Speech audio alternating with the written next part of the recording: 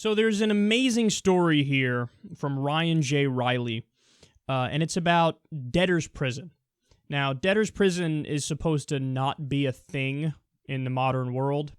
It's the idea that, if you go too far in debt, well, we're just going to lock you up. So, look, man, debt happens, and debt is actually the lifeblood of a capitalist economy. How do most people, the overwhelming majority of people, how do they get a house? Well, you got to go in debt to get a house. You got to get a mortgage, right? How do you get a car? Most people, again, you need a car loan. Sometimes your debt goes up, sometimes your debt goes down. Obviously, it's good to stay on top of your bills as much as possible. But sometimes, even if you're a hard worker and you bust ass, you can't keep up with the payments. Now, again, you can make some changes and tweaks here and there and try to fix it so that you indeed can make the payments, and that's the responsible thing to do. But needless to say, sometimes shit happens, and that's why we have bankruptcy laws, and that's why the system is supposed to exist in the way that it does for most of the United States. Well, in Arkansas, that's not exactly the case. So in Arkansas, you have a judge who thinks, debtor's prisons sounds like a good idea. So let me tell you this story here. Ryan Riley reports, nearly 5 years ago, Nikki Petrie accidentally bounced a check for $28.93.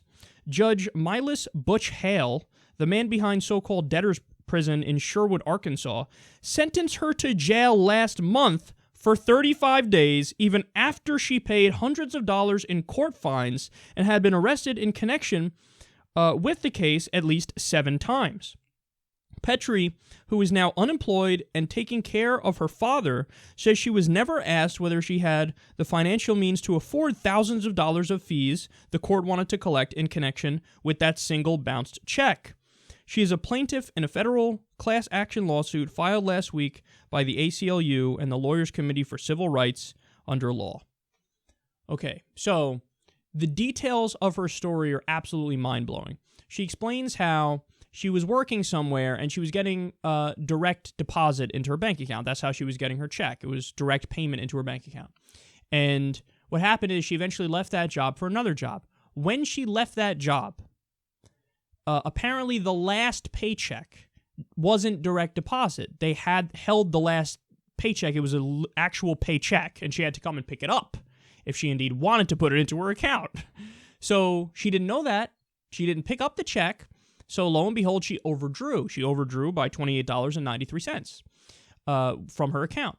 So as a result of that, okay, you're in debt. Well, in this particular place in Arkansas, they don't tolerate that. That's not okay. She didn't know for a long time. So eventually she gets arrested over this. She goes to court over this, and the judge is like, I don't want to hear it. All right, we're going to lock you up. And, oh yeah, by the way, it's going to cost you, whatever, $800, $900 to get out right now. She's like, I don't have that money. I don't even have the fucking $29 at the moment. But she says, I will do anything to work with you. Let me know. I'll do anything. I'm not like a freeloader who's just sitting on my ass all day and that's the end of the conversation. No, I just got fired from the other job. I'm unemployed, but I'll do community service. I'll wear an ankle bracelet. I'll do parole. I'll come to jail on the weekends. I will do anything to work with you. The guy's like, I don't want to hear it. Get the fuck out of here. Eventually sentenced to 35 days in jail. What the fuck are we doing? Now, she goes through it all in specifics and shows, okay, here's the amount of money I was making, here's what my bills are. Here's the amount of money I was making, here's what my bills are. You can see how the math works in the sense that I'm not lying about me not knowing about the $29 and then also not having enough later on to pay it when I keep getting hit with these court fees over being arrested for it. So she's showing you how it's not me, I'm doing everything I can and they're just fucking throwing me in jail and criminalizing the situation I'm in, which gets to the main point here. We have de facto criminalized poverty. I would say in the United States of America, but in the case of this story, and I don't know if this is happening elsewhere, but in the case of this story, in this particular place in Arkansas, they've criminalized poverty. That's insanity. Really? That's what we're going to do? Do people have any idea? Does this judge have any idea what it's like out there for people? I mean, we covered a story going back a few years, but something like 76% of the American people are living paycheck to paycheck. That's insane. When you look at the division of what percentage of the wealth the top 1% has, it's something preposterous, like over 50%. So how can it be that everybody's fighting over these crumbs and they're trying to make it work, but the minimum wage isn't even a living wage?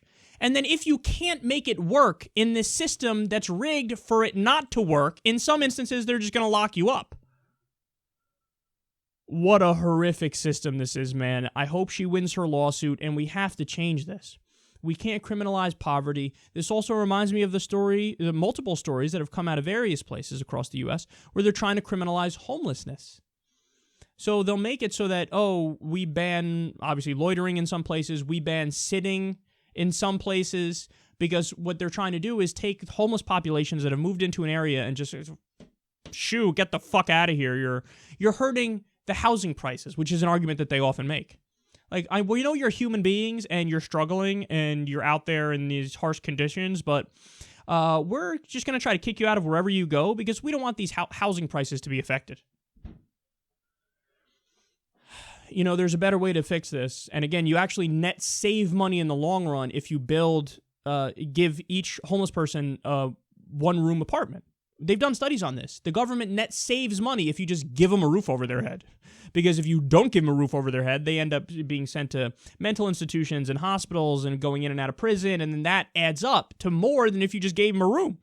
So there's ways to fix this, but we don't have the will to fix it. We have to muster up that will, fix the homelessness issue, stop criminalizing homeless people, and stop criminalizing poverty like they're doing in this place in Arkansas.